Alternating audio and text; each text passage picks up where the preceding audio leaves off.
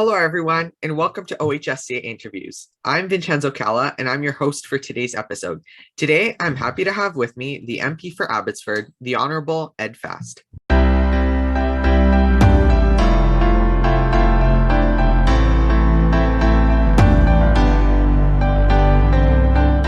Ed was first elected to represent Abbotsford in 2006 and has been re-elected 5 times since then.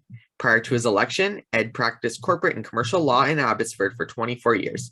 On May 18, 2011, former Prime Minister Stephen Harper appointed Ed to his cabinet to serve as the Minister for International Trade, where he created many free trade agreements with many nations.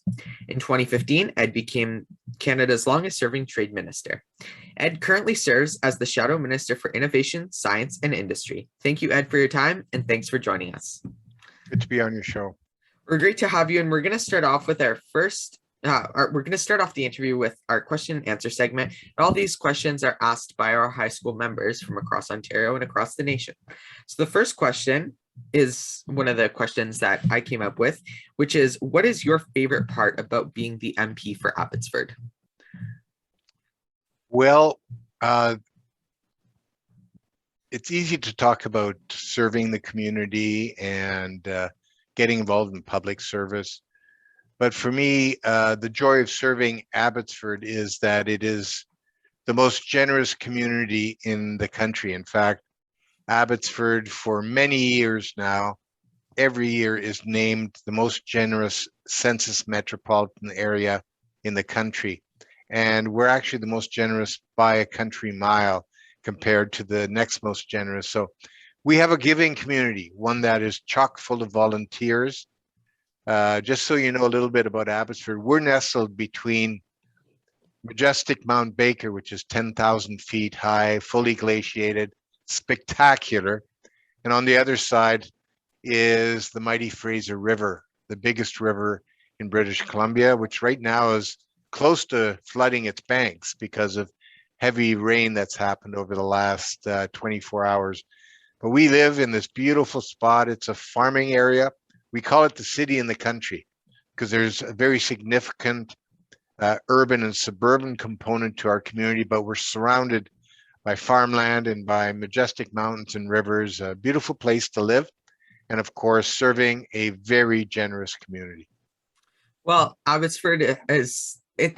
When you think about the nature around it, it's sort of showing the whole nature of Canada, how diverse Canada is in terms of nature. I mean, in media, there's often portrayed, I guess, Toronto, which is just another big city, but then there's the north and then the prairies, and then you have BC and Abbotsford where there's the mountains, like you said, and the waters. And it's just so great to remember that Canada is such a diverse nation with so much environment, and as well as you were saying, very generous place. It must be great to be an MP for such a great city, which is a pretty big community.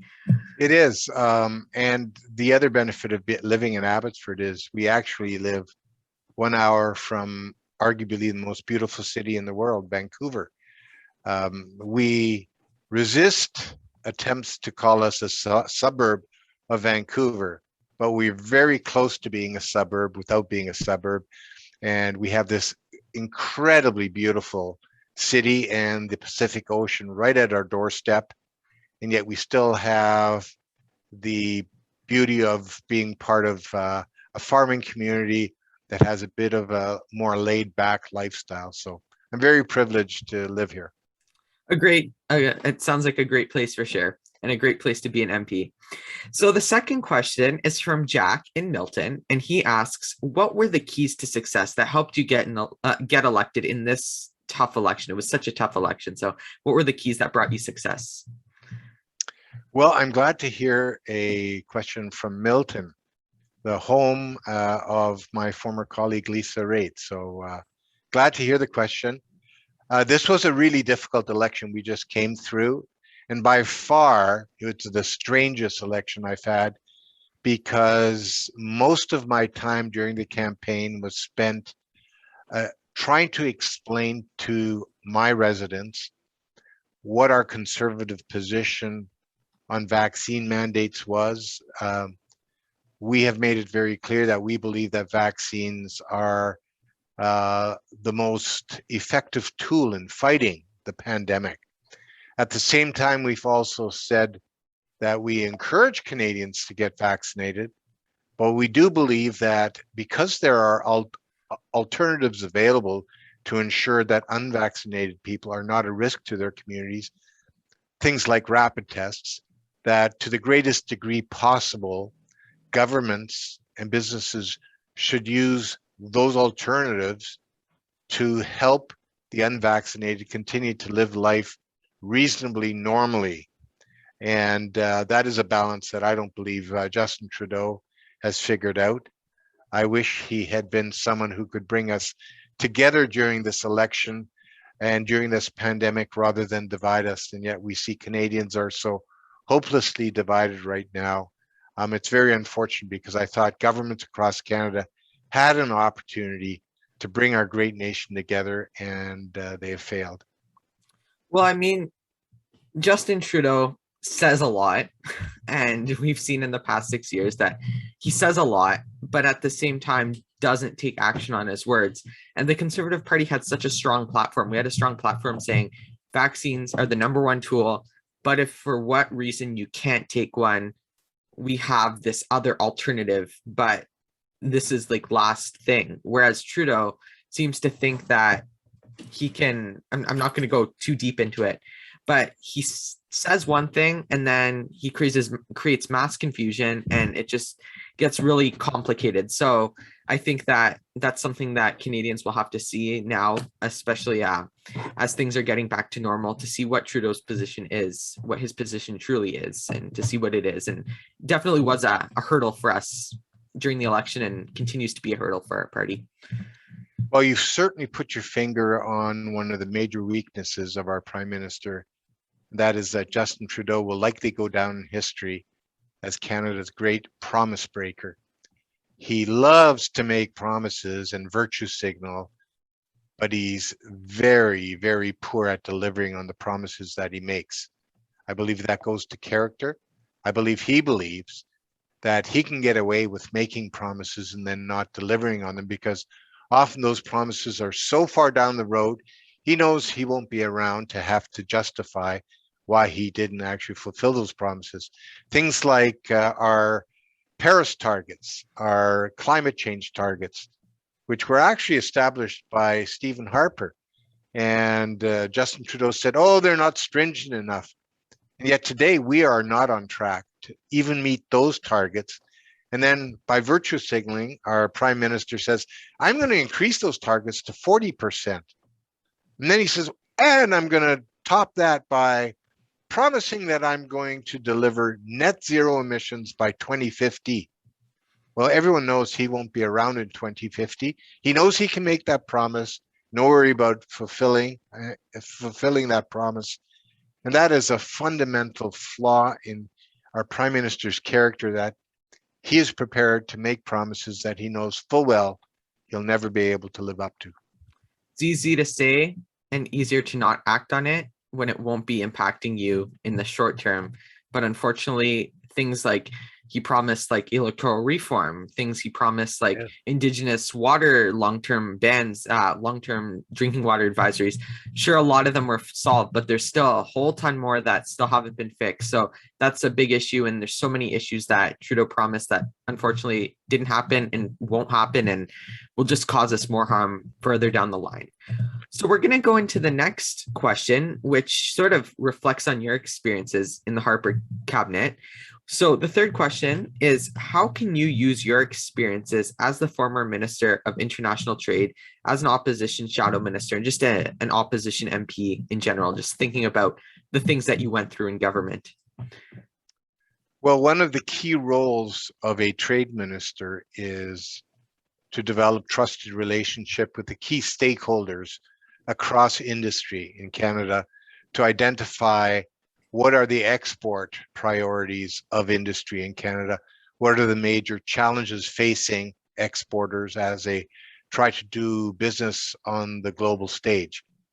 And so over 4.5 years of being trade minister, I was able to develop many trusted relationship with a very industry stakeholders that I now will have to engage with again in my new role as industry shadow critic. And so I'm very pleased that I've had this opportunity now to go back to focusing on relationship building and finding out from industry, what is it that is going to restore our economy back to its former luster? In other words, how do we get economic growth going again? How do we address the inflationary pressures that we face? How do we address the supply chain challenges we have from around the world and that are exacerbated in Canada by poor policy making? So that's a challenge I face, and looking forward to it. Well, I mean, especially now that you have that experience and the numbers of former cabinet ministers in the Conservative caucus are dwindling, and now it's time to sort of use those experiences that you got while in government to, like you said, to expand on those relationships and give an opposition voice to those industries that feel like they may not be getting everything out of the government that they would hope to be, or getting the representation in government that they hope to be. And it's just important now that you get to, again, build on those relationships and just take what you learned in government and figure out, hey, how can I use it? What can I remember? I guess you can probably explain it better than I can now that you've been a shadow minister for a bit, and now you're a shadow minister again. Just remembering the struggles that maybe you went through during a minister, as the minister, and sort of remembering those, and I guess posing your questions and prompts as a shadow minister to in that light. Well, yeah, you've correctly stated that. I am well positioned to understand the challenges that stakeholders across industry are going to face going forward. One of the things that has become very clear to those in the business sector is that Canada has some key systemic economic weaknesses. We haven't done comprehensive tax reform for many, many decades, and we as Conservatives are strongly promoting a comprehensive tax reform to make sure that our tax system is responsive, that it is fair, and that it places Canada in the best competitive position in the world so that we can begin to attract investment again from abroad. We have had record investment flight from Canada over the last 6 years under this Liberal government, because the world has lost its confidence in Canada's ability to get things done. Whether it's building pipelines, whether it's developing natural resource projects, whether it's providing the kind of confidence that we are going to be an innovation economy and harness the strength of our education system to deliver high value services. The world has said, you know what? Canada is no longer a place we want to do business in. We're going to go elsewhere. We need to restore our country's reputation as being a fantastic place to invest in. And that's going to require some very significant changes to how we do business in Canada. It's going to require policy changes at the federal level. And obviously, we're going to provide input to the government. I'm going to provide input to my counterpart, Minister Champagne, to make sure that these systemic challenges are addressed properly, that we restore Canada's economic health. Well, and what better time to do it now than ever, considering now that we're recovering from the pandemic. Now that we're recovering from the pandemic, this is a better time more than ever to be able to bounce back and bring industry back to Canada and rebuild upon the losses that we've suffered in the past 6 years. And unfortunately, there has been a lot of losses suffered. The economy, especially now we're seeing with inflation, the economy is in disrepair, especially coming out of the pandemic. And I think it's important now that as opposition, now that it's important, that more important than ever to try and provide solutions from your side to the government and try and get things done, especially now now that there's going to be shorter periods of time that you're in House of Commons now, a couple weeks before you go on to Christmas break, right after you go from resuming the House on the 22nd of November. So in a couple next week at the time of this filming, and by the time this comes out, it'll be already in session again. It's important that in the time that you do have to be able to expand upon it. And as the Right Honourable Prime Minister says, Canada's back, but apparently he hasn't understood that it really isn't. And our party knows that. And I'm sure a lot of other people know that Canada isn't back. And there's still a lot to be done to get Canada back on track to where it was originally. So the fourth question comes from Vasu in Ajax. And he asks, what experience do you bring to being the Shadow Minister for Innovation, Science and Industry? And how can you apply it to the people of your riding? So what you're going to be learning as the Shadow Minister for Innovation. Well, my experience obviously is primarily on the trade side. And even though my community is a farming community, it's also a manufacturing community. And we have many very successful business people who export their product around the world. They export machines, they export things like garage doors across North America. And making sure that we're sensitive to their needs is absolutely critical. My disappointment is that the Liberal government hasn't actually been listening to businesses across Canada. The best that Justin Trudeau could do was call small businesses tax cheats.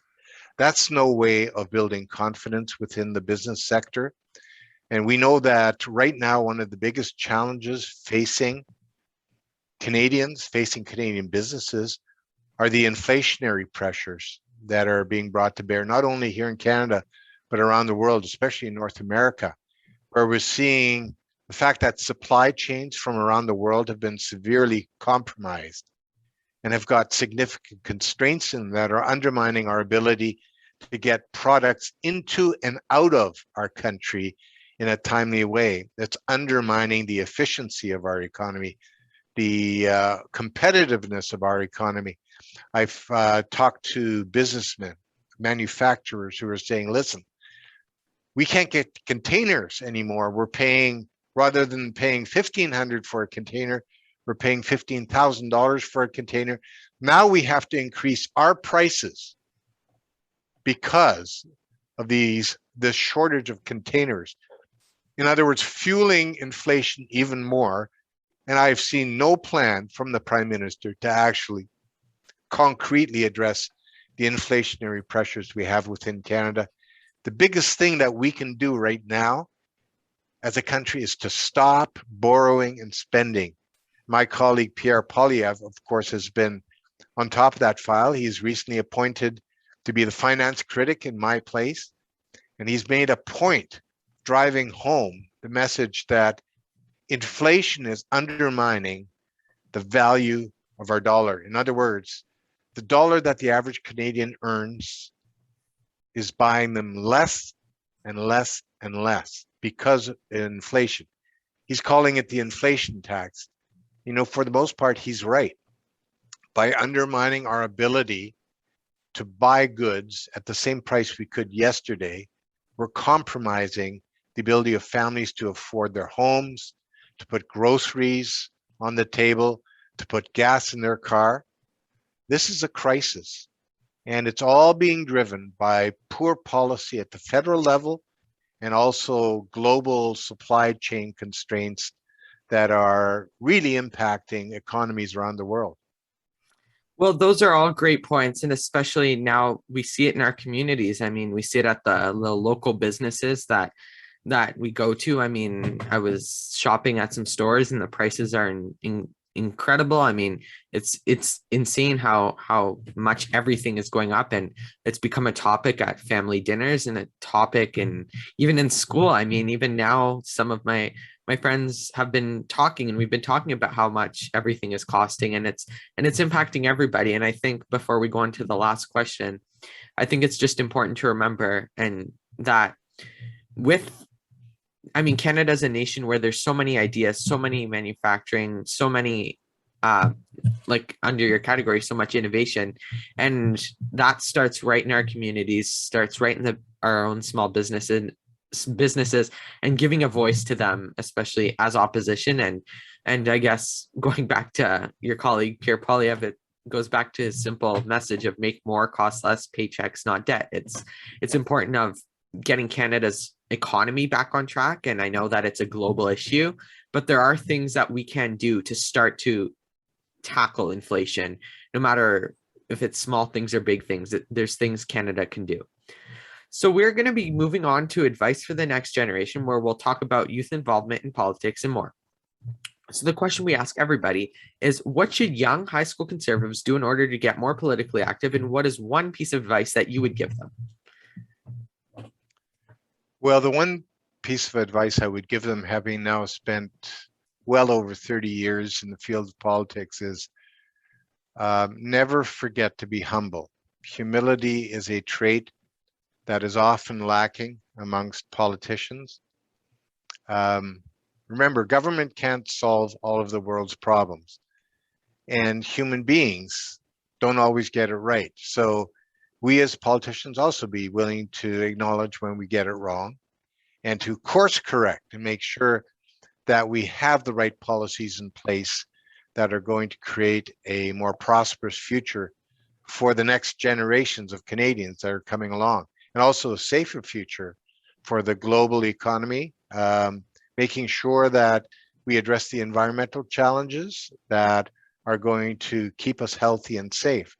So my advice is to the next generation is make sure that your motives for getting involved in public service are the right ones, that they are rooted in a humble heart, that they are fleshed out in an environment of integrity, understanding that your commitment as a public servant, whether it's on the political side, on the government side, on the NGO side, that commitment is one that's rooted in service, in a servant heart. And I don't find that enough out there. Too many people put ambition ahead of the public interest. And if we can get that right and move public interest back to the top and develop a new generation of servant leaders, I think we'll be doing a great service for future generations. Well, those are all important things. And this is my weekly reminder. I'm bringing this up in almost every interview now, and I'm sure people will be tired of it that I'm a broken record sometimes. But the role of an MP, a role of an MPP, a role of an MLA, a role of a councillor, a role of a mayor, a role of any politician or elected official is to serve the people that elected them. And like you said, it's just so important to acknowledge that you work for the people, and that everybody